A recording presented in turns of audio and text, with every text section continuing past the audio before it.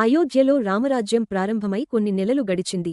ప్రజలు సుఖసంతోషాలతో జీవిస్తున్నారు. కానీ ఒకరోజు రాత్రివేళ నగరంలోని వీధులలో కొందరు సామాన్య ప్రజలు తమలో మాట్లాడుకుంటూ గాసిప్ మొదలుపెట్టారు. అందులో ఒక మనిషి తన భార్యతో మాట్లాడుతూ గట్టిగా అన్నాడు, రాముడు ధర్మరాజు అంటారు, కాని లంకలో రాక్షసుడి ఇంటినుండి వచ్చిన సీతమ్మను తిరిగి స్వీకరించాడట. ఇది సరైన పని అనుకుంటున్నావా? ఆ మాటలు ఆ ప్రాంతంలో ఉన్న మరికొంతమందికి వినిపించాయి. ఒక్కరొకరు తమ అభిప్రాయాలను చెప్పడం మొదలుపెట్టారు.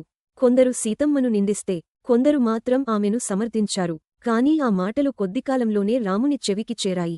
ఆ రాత్రే రాముడు నిద్రపోలేకపోయాడు. అతని మనసులో భీకరమైన ధర్మసంకటమే ఉధృతంగా ఉప్పొంగింది. నేను సీతమ్మపై ఎటువంటి అనుమానమూ పెట్టుకోలేదు. ఆమె పవిత్రతపై నాకున్న విశ్వాసం అచంచలంగా ఉంది. కాని రాజుని కర్తవ్యమేమిటి? ప్రజలు నన్ను ధర్మరాజు అని గౌరవిస్తున్నారు.